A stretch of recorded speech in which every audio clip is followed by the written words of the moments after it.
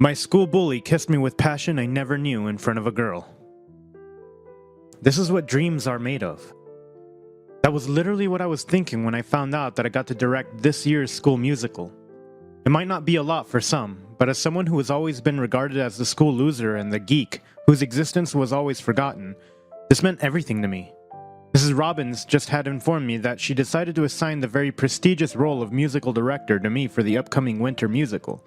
This spot has always been sought after, and seeing as I am now a high school senior at Woodgrove High, this was my last shot at being a musical director, and I did it. "Liam, I got it!" I exclaimed as I greeted my best friend, Liam Martin. "I'm this year's musical director." Liam hugged me tightly. "I knew it. Congratulations. I can't wait for the musical, Dee. It will be the best one yet," he congratulated me. I heard a snicker and boisterous laughter behind us. I turned around to see a group of 4 boys and a girl. It was Clark Stewart, the captain of the basketball team, and his pack of goons. All of the boys were from the basketball team, so they were really popular, and not to mention they were massive bullies, who seemed to feast on the misery of losers like me. Along with them was Hannah Shepard, who also happened to be famous at Woodgrove, and the last I heard, she and Clark Stewart were dating. "You're directing the musical? No way. You're not ruining the production. I won't let you," Hannah threatened. "I'm getting the lead role, Peyton, and I will not let you dull my spotlight." "Chill, Han," said Gilbert, one of the boys. "You think a weirdo like Peyton will be allowed to direct the school musical? He's a walking disaster." This elicited laughter from the group. "Yeah, he'd be allowed to direct the school musical," replied Charleston, "if the school was trying to sabotage itself." This earned even more obnoxiously loud laughter from the group. "You two screwing each other?" asked a man named Harold casually. "Man, do they even allow gays in theaters?" More laughter ensued before Clark started walking away and his minions followed. That guy infuriated me. For a man so popular, he was quiet. But then again, he surrounded himself with people like that, so how quiet could he really be? "Don't worry, Dee. Don't let them get to your head. They're just jealous you're up to do great things while they draw satisfaction from trivial happenings." Liam comforted me. Hannah Shepard was a nightmare to work with. It turns out that she was not lying about getting the lead role in the musical. Apparently, her father had pulled some strings with the school committee and landed her the role. She was one obnoxious actress and a major bully at every turn. She made sure to make suggestive jokes about my relationship with Liam, who happened to be working on stage production. "Are you sure you two are not secretly making out behind the curtains whenever we're on break?" she teased before she turned to the male actors. "Don't know about you guys, but I feel uncomfortable having these two around here. Knowing that they could be gay and everything really gives me the ick." I rolled my eyes and walked away, unfazed by her blatant homophobia. How I wish someone would stand up to her, but apparently, everyone else is too scared of what her father may do to them. I ignored her snark comments on most days because despite my intense dislike for Hannah, I wanted the musical to be successful and I tried my best to work well with her. Just as I thought, I could survive the next few months. Mrs. Robbins delivered the news that made my heart sink. "As you know, we're still in the search for one male lead to complement Hannah's role and some other backup roles. Unfortunately, we will be canceling the auditions for these roles next week," announced Mrs. Robbins. My mouth opened in disbelief. "Wait, Mrs. Robbins, how come? Who will fill in our missing roles?" I questioned. "Our principal, Ms. Jenkins, talked to me earlier this morning, and we have agreed to give the role to another student as punishment for a school violation," explained Mrs. Robbins. "These students by no means want in on the play, which is why they'll strive to excel in it so they will not be embarrassed in front of the entire student body." "Who?" I asked. "The lead role will go to Clark Stewart." My heart sank. This was the worst possible scenario. And it was even aggravated by Miss Robbins' revelation that Clark's little minions will also be in the play as supporting actors. Apparently, they were caught vandalizing school property and were sanctioned by the principal. "But Mrs. Robbins, won't they ruin the show?" I asked stupidly, in disbelief that this was happening. I've put so much work into this musical now. I was not going to let 4 stupid boys, especially Clark Stewart, ruin the show. "Darling, that's our job now. This is punishment for them. This musical will be their sole extracurricular activity, seeing as they are not allowed anywhere near the basketball team as punishment too. See it as their penance and help them excel in it," Mrs. Robbins said patiently. I have to give props to the woman. She always saw the best in everyone. Everyone except Hannah seemed to be despondent because of the news. It was bad enough that we had this diva on the set, but now she was extremely delighted that Clark Stewart was going to be her on-screen partner, it seems. It was going to be one hell of a musical. The first day that we had Clark and his friends for rehearsal was migraine-inducing. While his friends were boisterous like Hannah and constantly threw every possible insult at me except when Mrs. Robbins was around, Clark was a stark contrast. He simply sat there, watching his minions do all the work, while he probably feasted on my misery. I saw him staring at me absent-mindedly a few times though, like plotting how he was going to make my life a living hell. I was so tempted to ask him what he was staring at, but that would surely earn me another week's worth of bullying from his minions. The next few days, we started reading the lines. Clark was not nearly as difficult to work with as his female counterpart. He was giving very minimal energy at first, as though he could not be bothered to be there, but one thing that I appreciated about him was that he listened. He was not too rebellious like Hannah was. The latter seems to be doing everything she could to oppose my requests. Next to his group of minions and Hannah, Clark Stewart was shaping up to be quite an angel. I tried to disregard the butterflies in my stomach whenever I hear his deep resounding voice read lines, or my consistent nervous heartbeats whenever he would run his hands through his blonde locks. It was a habit of his that he did a lot. Based on my observation, he mostly ignored me though, except when I was giving feedback or instructions to which he would normally nod or shrug or simply follow orders. The only thing left to bother me besides the presence of the pack of bullies was Hannah's constant need to fondle Clark. It seemed like she was doing it on purpose, in front of me, casually running her hand up and down Clark's forearm or resting her head on his shoulder. He did not seem to mind, but he also seemed impartial to it, not really returning her gestures. Surprisingly, Clark Stewart became bearable on set. In fact, I discovered that he was a quick learner, and although he was still somewhat cold, he was a contrast to his other friends who were virtually useless on set, and more of a liability rather than actual assets of the production. I also found myself starting to fawn over Clark's singing voice. I did not even know that the guy could sing. Well, he was mainly known for being an excellent basketball player, and I knew him because I was his friend's #1 person to bully. One afternoon after rehearsals, I was left alone in the set because I wanted to check some props when Clark walked into the theater. I did not utter a single word, pretending not to see him and acting like I was busy with props. "Hey, did you see my basketball in here?" he asked casually, his deep voice sending shivers down my spine. I shook my head. "You didn't bring a basketball in today. Been spending your time looking at me, huh?" he teased, and I was certain that I was blushing furiously at this point. I do not know what went into me. I mustered up all the courage in my body to stand up to him. "Maybe it's you's been staring at me. I see you, you know," I retorted. He looked away, pretending to look for a basketball he never even brought on set. "I don't know what you're talking about," he said weakly. The change in his voice told me all that I needed to know. "What do you need from me, huh? I bet it's something you're embarrassed to say in front of your friends," I said. He sighed. "I need help," he whispered, as though afraid that anyone would hear him in the deserted theater. "I need help with my lines. I need help rehearsing them." I raised my eyebrow. "You're doing great. In fact, you're really excelling. I'm surprised." "Individually, yes, but with Hannah, whenever we read our lines or rehearse, it's not working, you know? Something's lacking," he explained. "Will you help me?"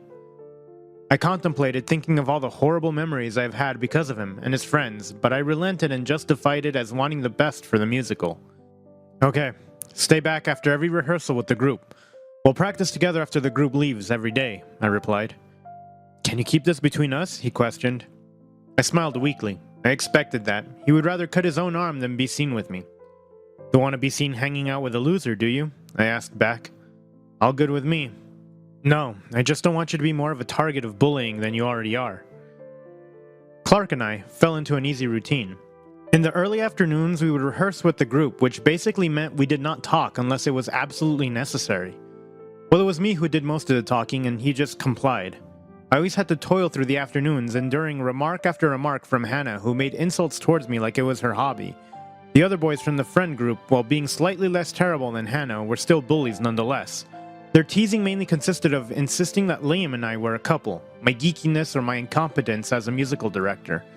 Their insults were no longer hurtful to me though. They enter one ear and leave another. But I found myself trudging through these long hours for my late afternoon session with Clark, whom I have been confiding to recently. It was an unexpected friendship, a secret one at that, but his presence was comforting to me. Beyond his hard exterior, I found that he was a man of substance and that he was much more than just a school bully. In fact, that was a notion that I have been questioning since my conversation with him. "You do know that I still consider you a bully, right?" I questioned while we were seated side by side in the theater. He nodded, suddenly turning and staring so deep into my eyes. He was so close that I could hardly hear his staccato breathing and his warm breath against my face. "I know," he replied softly. "I don't deny it." I sighed, but you don't even partake in the bullying. I've never really heard you utter a mean word. It's just your friends and the people you associate yourself with, I explained. Exactly. I stand and do nothing. Isn't that worse? I know something's wrong and I don't act on it. Why don't you dissociate with them? You're a good basketball player and even a better singer. You have a bright future. Don't ruin it, I advised. You think of me so highly, Dennis. I'm not as good of a person as you think I am. Bully, remember? He argued. I simply stared at him. He was beautiful. Despite his flaws and his past, he was undeniably beautiful. I said no more and simply looked at him. I love moments like this when we pretend to be in our own bubble, away from judgmental eyes and a status quo. That said, people like us could not be friends. What, something on my face? Clark asked. No, it's just the first time you called me by my first name. You always called me by my last name. It's always Peyton, I explained. Get used to it, Dennis. Our secret friendship continued, and session after session I could see Clark gradually improving his acting. However, when it came to actually practicing his scenes with Hannah during our formal rehearsals, it all goes down the drain. One particular afternoon, after they had just delivered their lines about 5 times with no hint of chemistry at all, I grew increasingly frustrated. You guys, this isn't acceptable. We've been practicing for weeks now.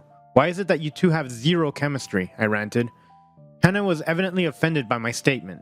No chemistry? Are you stupid, Peyton? She retorted. The rest of the set went quiet, not wanting to oppose the diva star. No, I'm not stupid, I said as a matter of fact, dodging her bullying as I always do. You two seriously need to work on your chemistry. This musical has to be the best, guys. Those in the drama club, let's work together and help our lead actors find their groove. It's our last shot to deliver a great play. Let's do it with our heart and soul. Passion, we need that. We have passion, right, Clark? Said Hannah in her annoying high-pitched voice while attempting to rub Clark's forearm. He brushed it away, to my surprise though. He then stood up and kissed me square on the lips in front of everyone, without warning. He swept me off my feet and hungrily devoured my lips. The kiss was not gentle, it was rough, it was intense, it was passionate. You wanted passion, he said? I'll give you passion. There were gasps from the crowd, and Hannah stormed out of the rehearsal in disbelief of what had happened. Thankfully, Mrs. Robbins entered the theater that very moment, and told us that the theater would be needed for a parent-teacher conference, so we had to leave. Thank goodness she canceled that afternoon's rehearsal because I absolutely had no idea how to face the rest of the cast and crew after Clark kissed me. Before I could even sneak in a word, he left the theater, hurriedly, his minions of boys following shortly behind. I do not know what got to me, but I went to the theater at mine and Clark's usual time. We usually started our one-on-one rehearsals at 5 p.m. because that would give us ample time to pretend to go home and wait for everyone else to leave after our usual rehearsals with the crew. I went into the theater aware that I would have been 15 minutes late already. I fully expected being alone in the theater, with the parent-teacher conference ending half an hour ago. But there, seated on the front row, was Clark. He was tapping his foot, and as soon as he heard my footsteps, he turned around. You're late, he said. I didn't know if we'll be practicing together since our formal rehearsal got cancelled today, I replied. He sighed. We said we'd practice every school day, right? I nodded, suddenly feeling a twinge of guilt. Yeah, I'm sorry. I kept my word. I said I'll show up at 5 p.m. here every day. Keep yours too, Dennis. I addressed the elephant in the room before anything else. Why did you kiss me? I questioned him, finally mustering up the courage. You said you wanted passion. I was honest. I didn't have it with Hannah. I never have. But with you, I feel it. It's natural, he confessed. And I plan to do it over and over again if you let me. My heart was thumping so wildly in my chest, and butterflies were all over my stomach. How could this be happening? I wanted Clark Stewart, the so-called school bully, the captain of the basketball team and the lead actor of my musical production, and the polar opposite of me. And he wanted me back? Clark, I said weakly. I reciprocate his feelings. The sentiments I had for him had been building up, and try as I may to deny that we had chemistry, I felt it from the very first day I spoke to him. Your friends, the school, they won't take it well. So, they don't know about us. They don't know how patient you've been in trying to help me. They don't know how I get your geeky Star Wars reference because we share the same love for the films. They don't know how happy you make me every time you ramble on about the things you love. And then it was my turn to kiss him. I ran my hands through his soft hair. You're really not a bully, are you? I asked. Never was, but if I have to be the one to defend you, I would be, he said sweetly. Hannah turned out quite vindictive. The very next day, she was already hell-bent on making my life a living hell. As soon as I arrived in school, I felt that something was off. I was getting so many stares and occasional giggles. I did not know what was going on until I opened my locker and a sheet of paper fell off. Printed on the sheet of paper was an edited picture of me and Liam kissing, and below was a caption. A Gay Christmas, essentially replacing our school's musical name from A White Christmas. I was so embarrassed. The photo looked all too realistic, and I felt bad that Liam had to be dragged into this. I knew it was Hannah's doing the moment I saw it, and now that I knew, those judgmental stares and giggles made me want to puke. You like the new promotional flyers? Hannah asked from behind me.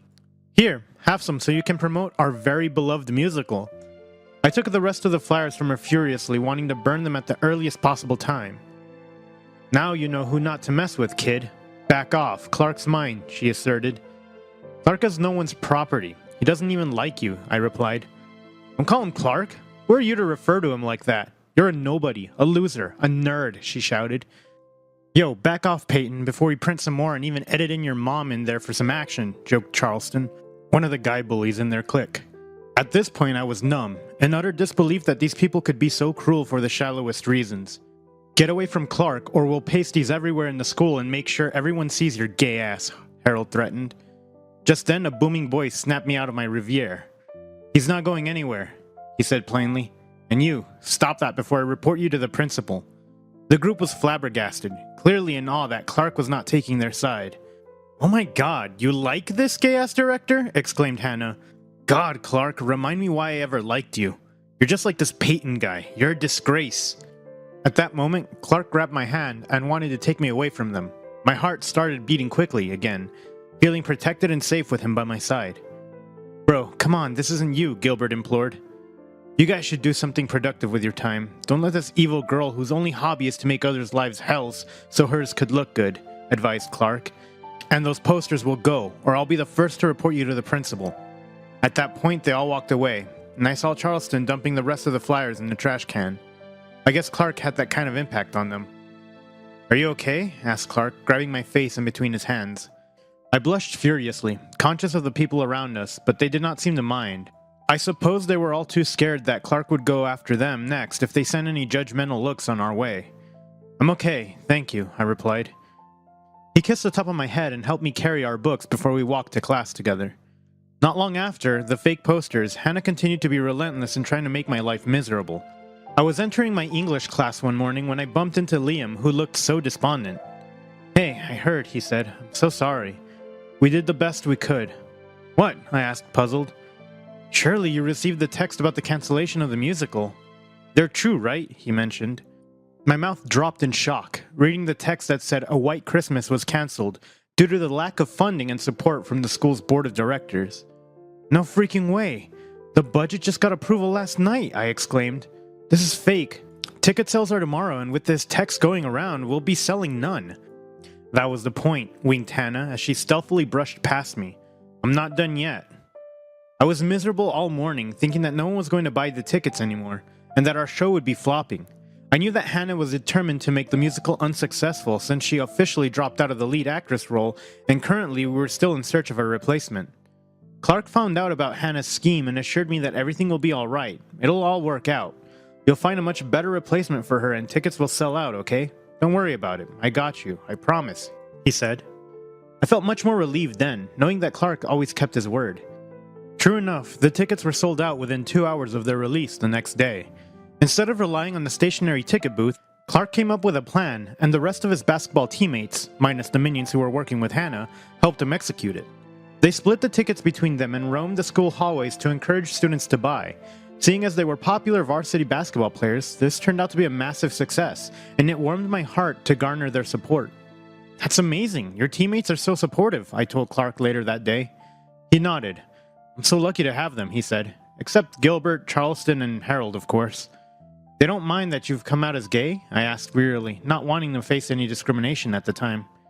Babe, I'm the captain. Of course they don't mind, he said cockily, but I knew he was joking. No, in all seriousness, they don't care. Coach Fred's son is gay and he was on the team just last year, and he has a lesbian daughter too. No discrimination happens there because he'll be the first to stand up for any injustice. Wow, I didn't expect that, I reflected. So there's really no room for bullies? He shook his head. None, he said. In fact, Coach found out all of the mean things that those three fools have said and done, and he's taking them out of the team. Karma, I replied. Karma, Clark repeated as he grabbed my hand and gave it a reassuring squeeze. The play was in 2 days, and we still had yet to find a replacement for Hannah. The other three boys were easy to replace since they were just side characters, but finding a lead was tough enough, and Mrs. Robbins was considering actually canceling the show. It was not until Liam suggested that I play the lead role that the crew's hopes were restored. Why don't you do it, Dennis? I mean, you've mastered pretty much the whole script. Your chemistry with Clark is unmatched, and you'd make a dashing lead, he gushed. Everyone agreed, and even Miss Robbins enthusiastically brought the idea, but I was nervous. I had never starred in the musical before. I have always been the one behind the scenes. Come on, Dee. You've wanted this since we were kids. I know you love directing and producing, but I also know you love acting too, said Liam as he grabbed my hand and encouraged me to take the role. This was my last push, and I agreed out of desperation to make A White Christmas successful. However, I noticed Clark glaring at Liam when he made the suggestion, and this even intensified when the latter grabbed my hand. After the rehearsals, I caught up with Clark, who simply walked away, not waiting for me, as he always did. Clark, what's wrong? I asked. Look, if you don't want me, just say so, okay? I'm not about to be a rebound or whatsoever, he said blankly. What? What are you talking about? I questioned. You and Liam, he exclaimed.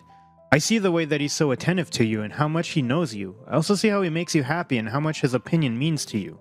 We're not like that, and if he makes you happy, then go. I laughed at how absurd he sounded to me. He and Liam? No freaking way. We've been friends since we were in diapers. For goodness sake, we're practically brothers, and of course he makes me happy. He's my best friend. But you're my boyfriend, and you make me happier. Surely we don't know each other as much as I and Liam do, but that's the point of dating, right? Clark heaved a sigh of relief and walked towards me, evidently reassured after my explanation. So you and Liam are just friends? Best of friends, I confirmed. You have nothing to be jealous about, babe. Also, because guess what? Between you and me, Liam's most likely to fall for you. He's always had the hots for basketball guys. On the day of the musical, I was a bundle of nerves, but when I got backstage, I received a bouquet of tulips from Clark, which eased my worries tremendously. And then, it was showtime. It was such a dream come true not to only direct my own musical, but to star in it as well, along with the love of my life. It felt straight out of a dream, but I knew that Hannah would do everything in her capacity to make it a nightmare. So when she stood up in the middle of the musical and walked down the aisle, I wasn't even half surprised. She had used a disguise, wearing a red wig to sneakily get into the theater, seeing as Mrs. Robbins did not want her there for this exact reason. She would cause a scene, and true enough, she did. Oh, you poor, poor audience, she started, walking down the aisle and towards the stage. You think this gay man is enough as a lead character of A White Christmas? No, that's my role, and it will always be. I, Hannah Shepard, deserve to be on that stage way more than you, Dennis Payton.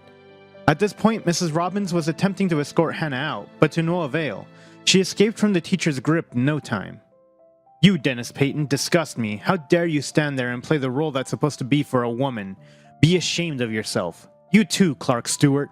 You were throwing away years of friendship with me, Harold, Gilbert, and Charleston for this gay? Look at yourself in the mirror and reflect. Clark could not take it anymore and spoke up.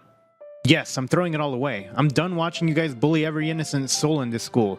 You're under the impression that you're so intimidating by basically terrorizing every human being in this school, but you're wrong. I was wrong and I'm correcting it now. You guys are cowards, insecure cowards, and I'm finally mustering up the courage to stand up against you because unlike you, I have some balls. Hannah snickered, dismissing Clark's speech. Balls? Really? You're gay and you're lecturing me about growing some balls? Oh, please. That's enough, Miss Jenkins, our principal boomed.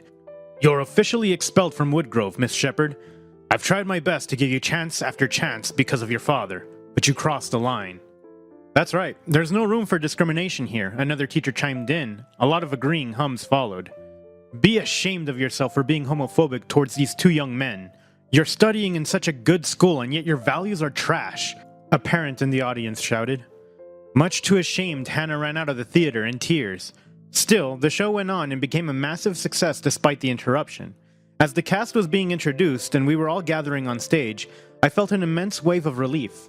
I survived my first musical with flying colors. It was successful and our effort was not in vain. As the cast was about to take their final bow before the curtains closed, I grabbed Clark's hand and he enclosed my small hands in his big ones. He placed a gentle kiss on my knuckles before we bowed to the audience, hand in hand, ready for the future that awaits us. Conclusion. It has been months since the play and I've been in a relationship with Clark since. He has been balancing his academic work, baseball games, and other theater practices as we're planning to produce another play before we graduate in June. In fact, for our college applications, we decided to apply to the same universities, so we could be together throughout college and beyond. Liam is also elated these days, seeing as we set him up on a blind date with one of Clark's basketball teammates, and he has been over the moon since. On the flip side, we just heard that Hannah Shepard has officially moved out of the state after her father found out about her meltdown during a White Christmas musical. His father was also apparently being sued by the school for threatening school officials and bribing them just to grant Hannah special favors, such as her getting the lead role in the musical initially. Gilbert, Charleston, and Harold were all removed from the basketball team as their coach found out that they were supporting Hannah and her homophobic sentiments towards me and Clark. What goes around truly comes around. I never would have known that the person whom I thought was a bully was actually a soft, kind-hearted man who was deeply misunderstood because of his circle of friends. But now that I know better, I could not be ever happier that this so-called school bully could teach me passion and love in ways I never knew existed. The end. Do you think name-calling and teasing can be justified when we're doing it to people we like or have a crush on? Thanks for watching. Consider subscribing to become part of our Rainbow Force, and stay wholesome.